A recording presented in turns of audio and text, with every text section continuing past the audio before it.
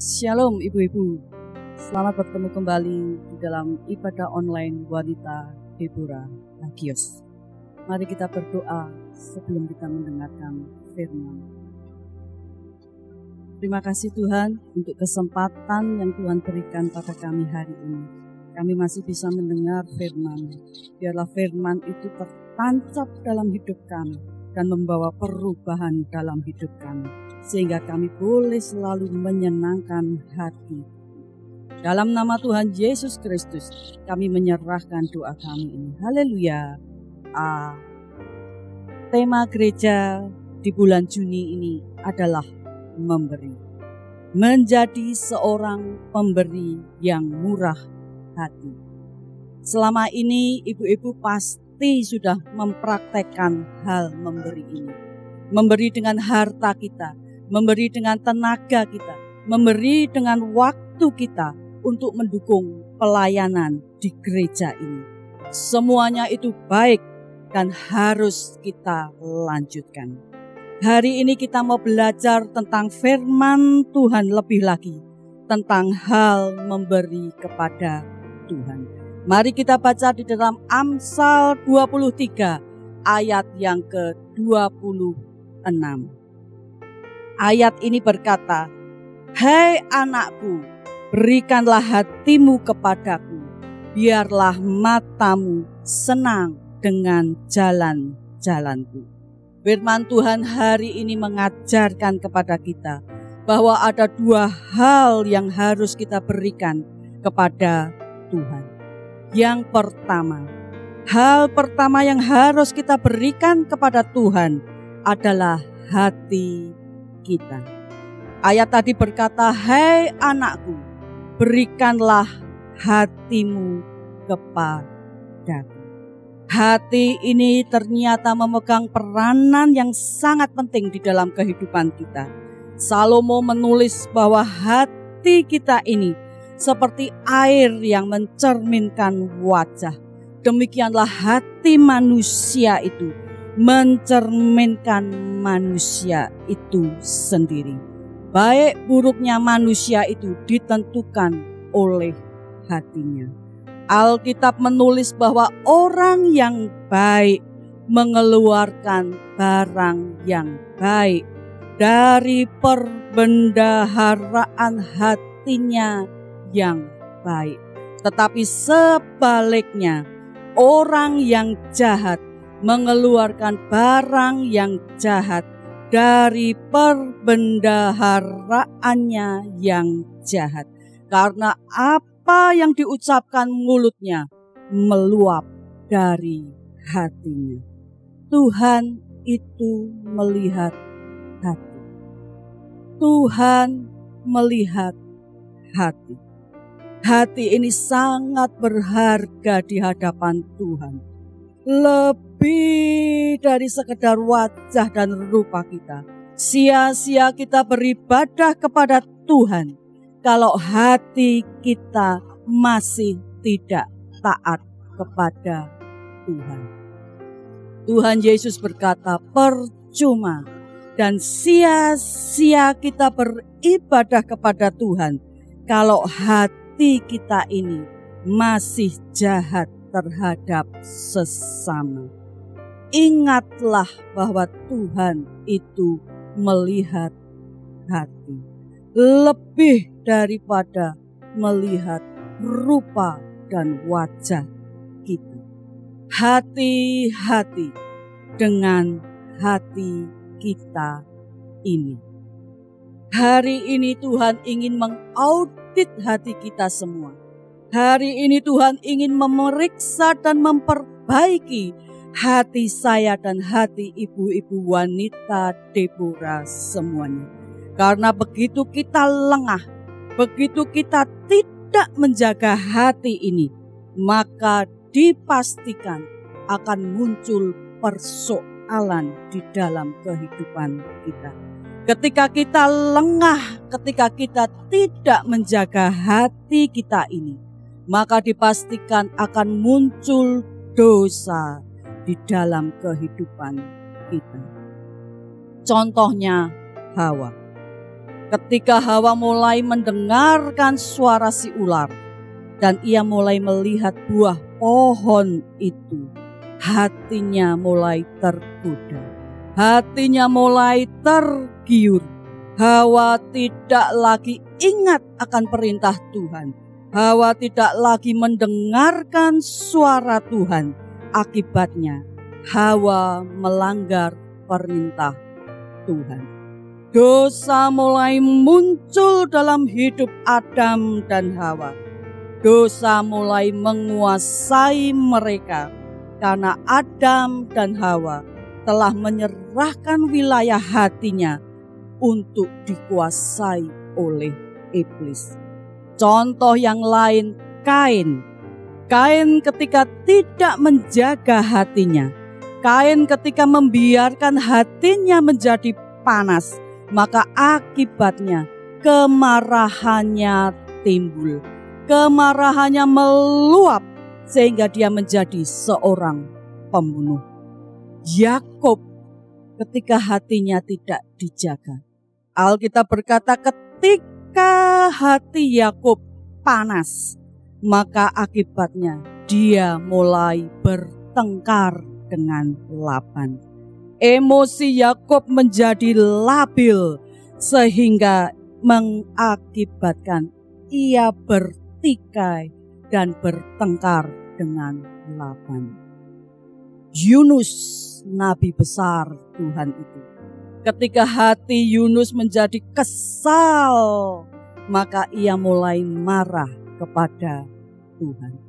Bukankah kita juga seringkali melakukan hal-hal yang sama seperti tokoh-tokoh Alkitab tadi? Kita seringkali juga tidak bisa menjaga hati kita. Seringkali timbul amarah, seringkali timbul kepahitan, seringkali hati kita menimbulkan kebencian dalam hidup kita. Hari ini firman Tuhan menegur saya dan ibu-ibu semua. Hati kita harus diaudit oleh Tuhan. Hati kita semua harus diperbaiki oleh Tuhan. Hati saya dan hati ibu-ibu semuanya perlu dibersihkan oleh Tuhan. Hai anakku, berikanlah hatimu kepadaku, kata Tuhan. Karena Tuhan akan memberikan hati yang baru kepada kita. Tuhan akan menyingkirkan hati kita yang keras itu menjauh dari tubuh kita. Berikan hatimu kepada Tuhan, karena Tuhan akan memberikan hati yang taat kepada kita. Kitab Ratapan 3 ayat 40 berkata, marilah kita menyelidiki dan memeriksa hidup kita dan berpaling kepada Tuhan. Ketika kita menjaga hati ini dengan segala kewaspadaan, maka hati kita akan menjadi bersih. Ketika hati kita ini menjadi bersih, maka pikiran kita pun juga akan bersih. Ketika pikiran kita menjadi bersih, maka perkataan kita juga menjadi bersih. Ketika perkataan kita menjadi bersih, maka perbuatan kita juga akan menjadi bersih. Berikanlah hatimu kepada Tuhan dan izinkan Tuhan mengaudit hatimu saat ini. Maka Matius 5 ayat 8 berkata, berbahagialah orang yang suci hatinya, karena mereka akan melihat Allah. Hal kedua yang harus kita berikan kepada Tuhan adalah mata kita. Mata kita harus kita berikan kepada Tuhan.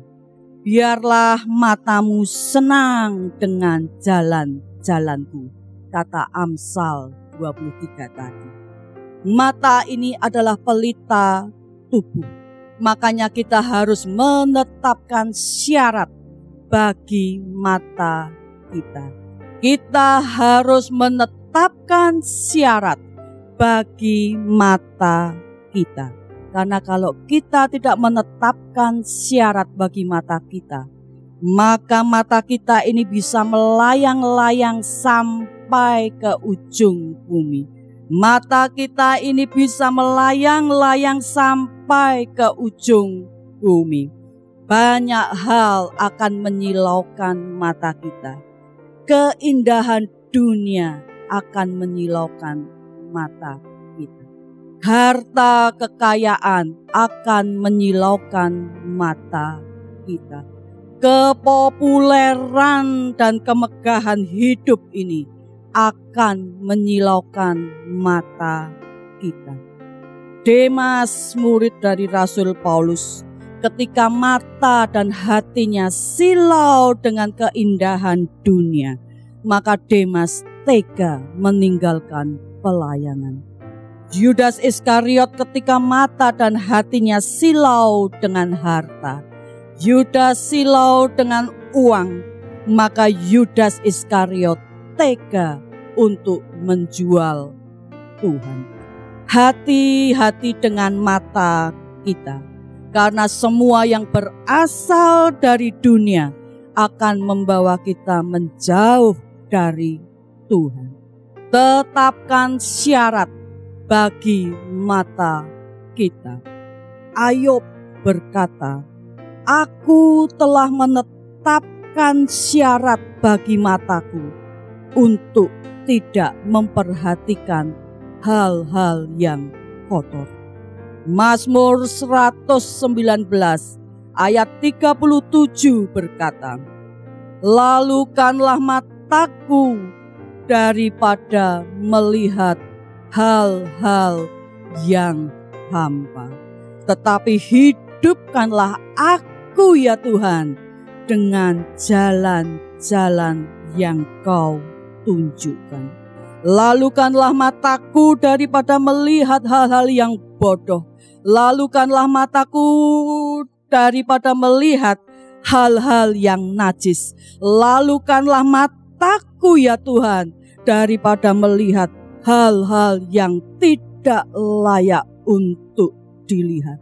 Tetapi hidupkanlah aku ya Tuhan. Hidupkanlah aku ya Tuhan dengan jalan-jalan-Mu. Karena jalan Tuhan itu adalah jalan yang terang. Yesaya berkata, "Marilah kita berjalan di dalam terangnya Tuhan." Mazmur berkata, jalan Tuhan itu adalah jalan yang rata. Amsal berkata bahwa jalan Tuhan itu adalah jalan perlindungan bagi orang-orang yang tulus hatinya. Hosea berkata bahwa jalan-jalan Tuhan itu adalah jalan yang lurus. Jalan Tuhan adalah jalan kebenaran, di mana semua orang benar akan menempuhnya. Mari kita baca di dalam kitab Hosea 14 ayat yang ke-10. Ayat ini berkata, "Siapa yang bijaksana, biarlah ia memahami semuanya. Siapa yang paham, biarlah ia mengetahuinya. Sebab jalan-jalan Tuhan adalah lurus dan orang benar menempuhnya. Biarlah matamu senang dengan jalan-jalanku," kata Tuhan. Dua hal sudah kita pelajari dari firman Tuhan hari ini. Dengarkan firman Tuhan. Camkanlah firman Tuhan dan lakukanlah firman Tuhan. Siapa yang taat kepada firman, siapa yang setia melakukan firman Tuhan, dan siapa yang menghormati Tuhan, maka orang itu pasti akan menerima segala kebaikan Tuhan. Jadilah pemberi yang murah hati untuk Tuhan. Jadilah wanita-wanita Deborah yang memberi dengan murah hati kepada Tuhan, dengan memberikan hati kita untuk Tuhan, dengan memberikan mata kita untuk Tuhan, sehingga bisa dipakai untuk memuliakan nama Tuhan. Berikanlah hatimu kepada Tuhan, dan biarlah matamu senang dengan jalan-jalanku. Amin. Mari kita berdoa. Terima kasih Tuhan, kami sudah mendengar firman. Kami akan merenungkan firman. Kami akan melakukan firman. Karena itu menyenangkan hati Tuhan. Kami butuh Tuhan untuk menjamah hati kami. Kami perlu Tuhan untuk menjamah hidup kami. Sehingga kami berubah. Kami berbeda dari hari-hari yang lain. Karena kami tahu bahwa menyenangkan Tuhan itu indah di hadapan-Mu. Terima kasih Tuhan untuk firman-Mu hari ini. Dalam nama Tuhan Yesus Kristus kami menyerahkan doa kami ini. Haleluya. Amin.